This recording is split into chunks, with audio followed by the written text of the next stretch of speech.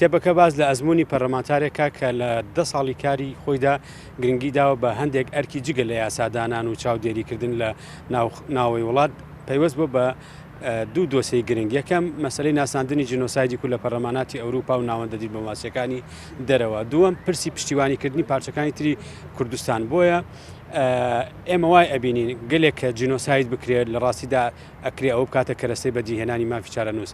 کتێبی ڕۆڵی پەرلەمان لە پرسە نیشتیمانیەکاندا بە تیراژی 1500 دانە و 313 لاپەڕێ توانیوەتی زۆر مەسلەکە لە پەیوەستە بەکاری پەرلەمانی تێدا کۆبکاتەوە لە منزوری نووسەرەکەیەوە.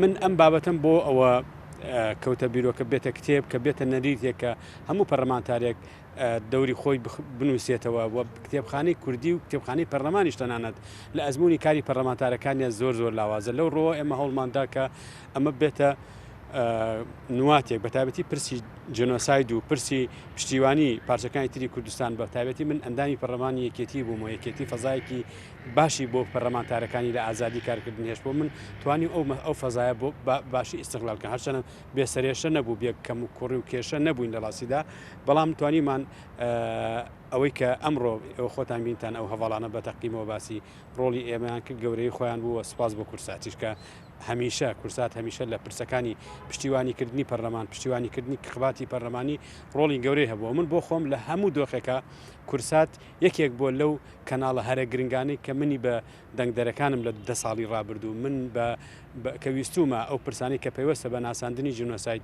کە پەیوەندیم لەگەڵ کورسات گرتووە هەموو جارێک پێشوازیان لەو بیرۆکانە کردووە و بە جیاوازیش لە پەرلەمانتار لە فراکسیۆنەکان دامی هەموو لایەکی کردو و دەستان خۆش بێ.